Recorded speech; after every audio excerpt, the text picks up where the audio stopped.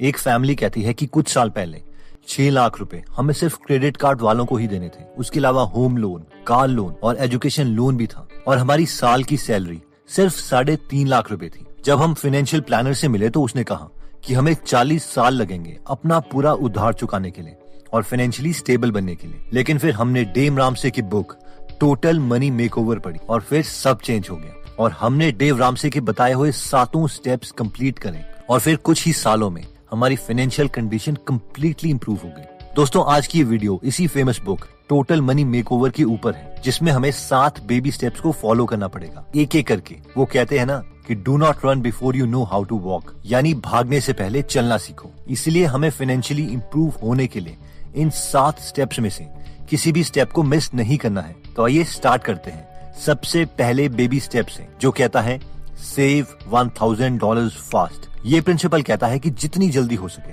हमें 1 लाख रुपए सेव करने हैं। That's it. ये गोल इतना बड़ा नहीं है, लेकिन ये हमें डिसिप्लिन सिखाता है। ये एक छोटा सा इमरजेंसी फंड है हमारे रेनी डे के लिए, यानी अगर कोई कंप्लीटली अनएक्सपेक्टेड इमरजेंसी आती है तभी हम इसे खर्च करेंगे, वरना नहीं। और अगर हम उधार में हैं तो सबसे अच्छी बात इस बेबी स्टेप नंबर 1 की ये है कि हम बजट बनाना सीखेंगे, यानी हमें इनकम कितनी मिल रही है, कहाँ पर हमने अननेसेसरी खर्चे किए हैं और कहाँ पर यूजलेस लायबिलिटीज हम खरीद रहे हैं। क्योंकि एक भी इंसान ऐसा नहीं है जो बिना बजट बनाए अमीर बना हो। ओके, तो जब हम इस बेबी स्टेप नंबर 1 को कंप्लीट कर लेते हैं तो हम बेबी स्टेप नंबर 2 में जाएंगे, जो कहता है क्रिएट द डेट स्नोबॉल। ये स्टेप कहता है कि अगर हमें पैसों की गेम में जीतना है तो हमें अपने दुश्मन को समझना पड़ेगा, यानी अपने एनिमी को आइडेंटिफाई करना पड़ेगा। और वो एनिमी है डेट, यानी उधार। अगर हमारे पास कोई कार लोन नहीं है, स्टूडेंट लोन नहीं है, क्रेडिट कार्ड्स के बिल नहीं है, इवन होम लोन नहीं है, तो हम बहुत जल्दी अमीर बन सकते हैं। लेकिन ऑलमोस्ट हर फैमिली का कोई ना कोई लोन चल ही रहा होता है जिससे वो अमीर नहीं बन पाती। अब मेन सवाल आता है कि लोन कैसे चुकाया जाए। क्या सबसे बड़ा लोन पहले दिया जाए जिसमें ज्यादा इंटरेस्ट पड़ रहा है, या सबसे छोटा लोन? तो ऑथर कहते हैं कि सबसे पहले हमें हर लोन की एक लिस्ट बनानी पड़ेगी। उसके बाद हर लोन की मिनिमम किस्त यानी इंस्टॉलमेंट तो हमें देनी ही देनी है, लेकिन जो सबसे छोटा लोन है उसमें जितना ज्यादा हो सके कहीं से भी पैसे बचा के डाल देने चाहिए। अब ऑब्वियसली कई लोग बोलेंगे, सर लगता है आपने मैथ्स नहीं पढ़ा, बड़े लोन को पहले चुकाएंगे तो हमें ओवरऑल कम पैसे देने पड़ेंगे। और ये इनफैक्ट ट्रू भी है और इसे आप एक्सेल शीट में प्रूव भी कर सकते हैं। लेकिन ऑथर बोलते हैं कि ये मैथ्स की गेम नहीं है। अगर ये मैच की गेम होती तो हमने कभी भी लोन ही नहीं लिया होता और यूजलेस खर्चे ही नहीं किए होते। अगर हमें पैसों की गेम में जीतना है तो हमें इमोशनली जीतना पड़ेगा। अब जब हम अपनी पूरी एनर्जी छोटे लोन्स में लगाएंगे तो वो बहुत जल्दी खत्म हो जाएगा और हमारे ब्रेन को लगेगा yes I can do it. अब जैसे ही वो छोटा लोन खत्म होगा तो हम जो उसकी इंस्टॉलमेंट दे रहे थे वो पैसे दूसरे छोटे लोन में भी लगाने लग जाएंगे और वो भी कंपैरेटिवली जल्दी खत्म हो जाएगा। और वैसे ही वो 2 लोन खत्म होने के बाद जो तीसरा छोटा लोन था हम सारे पैसे उसमें लगा देंगे और ऐसे ऐसे हमारे छोटे छोटे लोन खत्म होने लग जाएंगे और ये एक स्नोबॉल इफेक्ट बन जाएगा और फाइनली हम अपने सारे लोन चुका देंगे। लेकिन अगर हम पहले बड़े लोन से शुरुआत करते हैं तो ब्रेन को पहली विक्ट्री ही इतने सालों के बाद मिलेगी कि वो हार मान लेगा और ये सब स्ट्रगल और बोरिंग हो जाएगा। इस कॉन्सेप्ट से मुझे अपना बचपना भी याद आता है। कई बार मैं अपनी मदर की बर्तन धोने में हेल्प किया करता था और मैं कहता था कि चलो आज मैं बर्तन धो देता हूँ। अब मैं इतने सारे बर्तन देख के डर जाता था। फिर मैं एक स्ट्रैटेजी अपनाता था और वो ये थे कि थोड़े बर्तन को साबुन लगाओ और फिर उसे पानी से पूरे तरीके से धो दो। इससे मुझे कॉन्फिडेंस आता था कि चलो कुछ बर्तन तो कम हुए। अब लॉजिकली टाइम तो कम तब लगता जब मैं एक साथ सारे बर्तन को साबुन लगा देता और फिर बाद में एक साथ सारे बर्तन को पानी से धोता, लेकिन इससे मुझे कभी मोटिवेशन नहीं मिलती। सो आई थिंक यू अंडरस्टूड कि हमें लॉजिक से ज्यादा पॉजिटिव इमोशनल फीडबैक चाहिए इस गेम में। जब हम अपना सारा उधार चुका दें एक्सेप्ट होम लोन तो हमें 3rd स्टेप पर आना है और जो है फिनिश द इमरजेंसी फंड। अगर हमने पहले 2 स्टेप्स पूरे कर लिए हैं तो अभी हमारे पास कोई लोन नहीं होगा होम लोन के अलावा और कम से कम बैंक में 1 लाख रुपए होंगे। ऑथर कहते हैं कि अब हमारा नेक्स्ट स्टेप होगा कि हम एक full fledge emergency fund create करेंगे।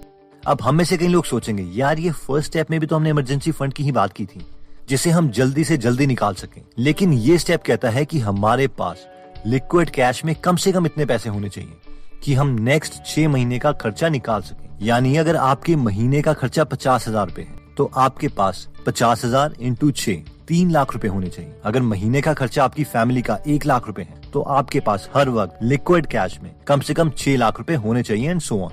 अब कई लोग बोलते हैं हाँ यार मैं इसे बॉन्ड में भी तो डाल सकता हूँ।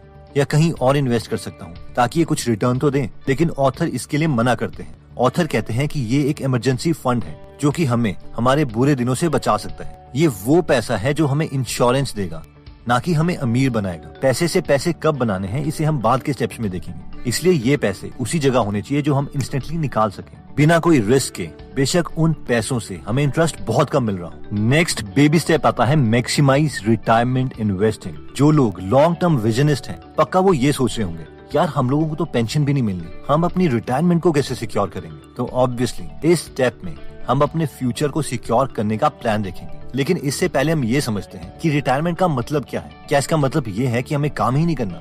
तो ऐसा नहीं है। आइए इसे एग्जाम्पल से समझते हैं। हैरोल्ड फिशर जब 100 साल के थे तब भी वो हर हफ्ते 5 दिन काम किया करते थे। ऐसा नहीं है कि उनके पास पैसे नहीं थे इसलिए वो काम करते थे, बल्कि वो इसलिए करते थे क्योंकि उनको अपने काम में बहुत मजा आता था। हैरोल्ड कहते थे, people who retire early die early, यानी जो लोग जल्दी रिटायरमेंट ले लेते हैं वो मरते भी जल्दी हैं। और वो बोलते थे कि अगर मैं रिटायरमेंट ले लूंगा तो फिर मैं करूंगा क्या। इसलिए ऑथर बोलते हैं कि रिटायरमेंट का मतलब है सिक्योरिटी, यानी एक ऐसा लेवल अचीव करना जहां पर हमसे ज्यादा हमारा पैसा मेहनत कर रहा हो, ताकि हम अपनी मर्जी की चीजें कर पाए। ऑथर कहते हैं कि अपनी रिटायरमेंट को सिक्योर करने के लिए हमें अपनी सैलरी का 15% अमाउंट किसी ऐसी सिक्योर चीज में लगाना चाहिए जहां पर हमें कम से कम 12 से 15% का रिटर्न मिल सके। और इसके लिए ऑथर म्यूचुअल फंड या इंडेक्स फंड्स में नॉलेज लेने के लिए रेकमेंड करते हैं। यानी अगर आपकी सैलरी 1 लाख पर मंथ है तो इसमें से 15,000 पर मंथ सिर्फ आपकी रिटायरमेंट के लिए जाएंगे। वैसे आपको पता है कि अगर आप 15,000 रुपए पर मंथ 40 सालों के लिए किसी ऐसे सिक्योर प्लेटफॉर्म में लगा देते हैं जहां पर आपको 15% का रिटर्न मिले, तो वो 40 साल के बाद कितना हो जाएगा? गैस कीजिए, हम वेट कर रहे हैं। ओके, चलिए मैं ही बता देता हूँ कि अगर आपने इतना डिसिप्लिन रखा है तो आपकी रिटायरमेंट तो सिक्योर होगी, क्योंकि आपके पास रिटायरमेंट के टाइम पे 47 करोड़ रुपए के आसपास होंगे। Yes, this number is true. Retirement के बाद नेक्स्ट बेबी स्टेप आता है कॉलेज फंडिंग।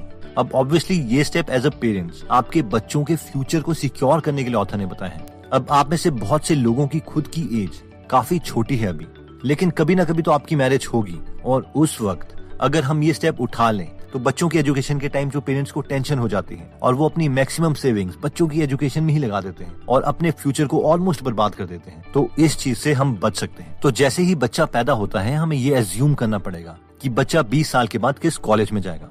अब मान लीजिए कि हम सोचते हैं कि हमारा बच्चा तो हार्वर्ड से MBA करेगा, तो पहले हमें चेक करना पड़ेगा कि हार्वर्ड की MBA की फीस आज कितनी है। लेट्स से कि हार्वर्ड की फीस 50 लाख रुपए है, तो इसमें हमें इन्फ्लेशन ऐड करनी पड़ेगी 6% के आसपास के हिसाब से, और हमें 50 लाख रुपए का इक्विवेलेंट नंबर 20 साल के बाद कैलकुलेट करना पड़ेगा।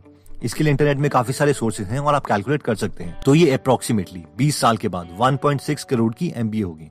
अब हमें ये चेक करना होगा कि 20 साल के बाद फ्यूचर में 1.6 करोड़ जोड़ने के लिए आज कितने पैसे हमें हर महीने जोड़ने पड़ेंगे। तो ये हर महीने करीबन 10,500 रुपए के करीब आता है अगर हमें 15% का रिटर्न मिले। अब ये कई लोगों के लिए बहुत लंबी सोच है, लेकिन रियलिटी में ये चीज आपको बहुत ज्यादा रिलैक्स कर देगी और कई बीमारियों से बचा भी देगी। नेक्स्ट बेबी स्टेप आता है पे of the home mortgage. Yes, अब जाके ऑथर ने बोला है कि अपने घर के लोन को चुकाने के लिए पूरी एनर्जी लगा दो, और हमें ये पहले बताए गए स्टेप्स के बाद करने के लिए इसीलिए बोला है क्योंकि होम लोन मैक्सिमम लोगों का 30 साल तक का होता है। अगर हम होम लोन को बाकी सेविंग्स यूज करके पहले ही पे करने लग जाएंगे तो बाकी बेबी स्टेप्स कभी पूरे नहीं कर पाएंगे। इसलिए जब तक पहले बताए गए स्टेप्स पूरे नहीं होते हमें होम लोन की मिनिमम इंस्टॉलमेंट ही देनी है। लेकिन जब हम इस स्टेप में पहुंच जाए तो चाहे दिवाली का बोनस हो, सैलरी इंक्रीमेंट हो या किसी भी तरीके से जब हमें पैसे मिले, हमें बस यही करना है कि उसे होम लोन को चुकाने के लिए यूज कर देना है। That's it. इससे हम बहुत जल्दी इस सबसे बड़े दुश्मन को हरा पाएंगे। इसके बाद नेक्स्ट स्टेप आता है बिल्ड वेल्थ लाइक क्रेजी।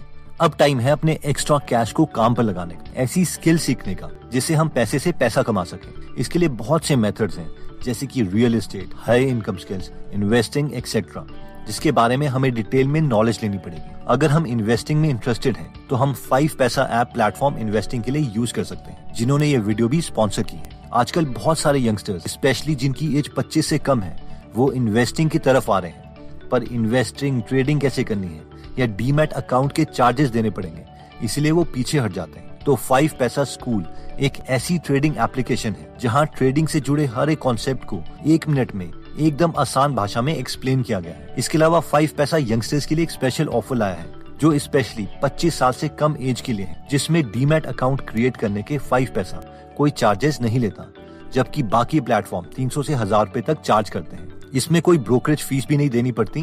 5 पैसा AMC यानी अकाउंट को मेंटेन करने के चार्जेस नहीं लेता। इवन म्यूचुअल फंड में इन्वेस्ट करने के लिए कोई प्लेटफॉर्म फीस नहीं लगती। एनीवेज, अगर आप ट्रेडिंग या इन्वेस्टिंग में इंटरेस्टेड हैं तो school.5paisa.com पर जा सकते हैं या आप गूगल प्ले स्टोर से इनकी एंड्रॉइड एप्लीकेशन डाउनलोड कर सकते हैं। और ये सारे बेनिफिट्स उठाने के लिए आप 5 पैसा इंस्टॉल करके यंग वेस्टर प्रोमो कोड यूज कर सकते हैं। और नेक्स्ट 7th स्टेप आता है live like no one else. इस स्टेप में अगर आप पहुंच गए हैं तो कॉन्ग्रेचुलेशंस, क्योंकि सिर्फ 1 से 2% पॉपुलेशन ही ये स्टेप अचीव कर पाती है। अब सवाल आता है कि हम इन एक्स्ट्रा पैसों का करेंगे क्या। तो ऑथर कहते हैं कि हमें 3 चीजें करनी है, फन, इन्वेस्ट एंड गिव। आइए हम इन्हें बहुत सिंपल भाषा में समझते हैं। सबसे पहले है फन। अब हम किसी बच्चे से काम करवाने के लिए उसे बोलते हैं कि अगर तू क्लास में फर्स्ट आएगा तो तुझे मैं तेरे मनपसंद का गिफ्ट दूंगा, और अगर वो फर्स्ट आ जाता है तो उसे गिफ्ट मिलना भी चाहिए। इसी तरीके से पैसे हमने इसलिए कमाए हैं ताकि हम अपने और अपने परिवार को कंफर्टेबल लाइफ दे सकें, और इसलिए अब हम अपनी पसंद की कार ले सकते हैं, घड़ी ले सकते हैं या इवन एक विला भी ले सकते हैं। बस इस स्टेप को पहले 6 स्टेप्स कंप्लीट करने के बाद ही प्रेफर कीजिए। साथ में हमें पैसे इन्वेस्ट भी करने पड़ेंगे, क्योंकि इन्वेस्टिंग से ही हम उतना पैसा वापस ले पाएंगे जिससे हम अपने शौक पूरे कर रहे हैं। और फाइनली गिव, यानी अगर हमने पैसे कमाए हैं तो हमारा फर्ज बनता है कि हम औरों की भी हेल्प करें जिन्हें पैसों की जरूरत है। अगर आपके पास किसी टेम्पल में बैठी एक लेडी रो रही है कि उसके बच्चे का ऑपरेशन होना है और उसके पास पैसे नहीं है, तो आप उसे बिना बोले उसके बच्चे की ऑपरेशन की फीस पे कर सकते हैं और दुनिया की सबसे पॉजिटिव फीलिंग के मजे ले सकते हैं। दोस्तों, अगर आप हाई इनकम स्किल सीखना चाहते हैं और एक्चुअल में अपनी लाइफ को नए मोड़ पे ले जाना चाहते हैं, तो मैं रेकमेंड करूंगा कि आप बुक्स पढ़ें और उन लोगों के एक्सपीरियंसेस से सीखें जो ऑलरेडी सक्सेस पा चुके हैं, ताकि आप अपने कुछ साल गलतियों के बचा सके। और अगर आप अपने फ्री टाइम में, जैसे कि ट्रैवलिंग, कुकिंग, जिम या इवन वॉकिंग के टाइम में हिंदी में फ्री में बुक समरी सुनना या पढ़ना चाहते हैं, तो आप गीगल ऐप डाउनलोड कर सकते हैं, जहां पर 130 से ज्यादा फ्री समरीज अवेलेबल हैं और हम हर हफ्ते एक फ्री समरी उसमें ऐड करते हैं। एनीवेज दोस्तों, इस वीडियो में हमने टोटल 7 फाइनेंशियल फ्रीडम के स्टेप्स देखे थे, जिसमें पहला स्टेप था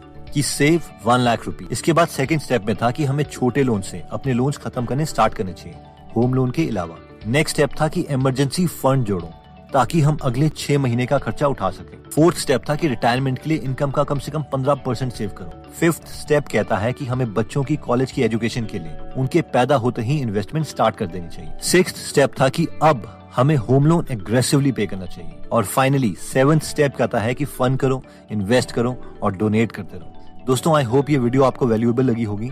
अगर आप ऐसी नॉलेजेबल वीडियोस मिस नहीं करना चाहते तो सब्सक्राइब करने के बाद बेल का बटन जरूर दबा दीजिए। आप कमेंट करके ये भी बता सकते हैं कि आप नेक्स्ट वीडियो किस टॉपिक पर चाहते हैं। जल्दी हम आपसे दोबारा मिलेंगे। जय हिंद।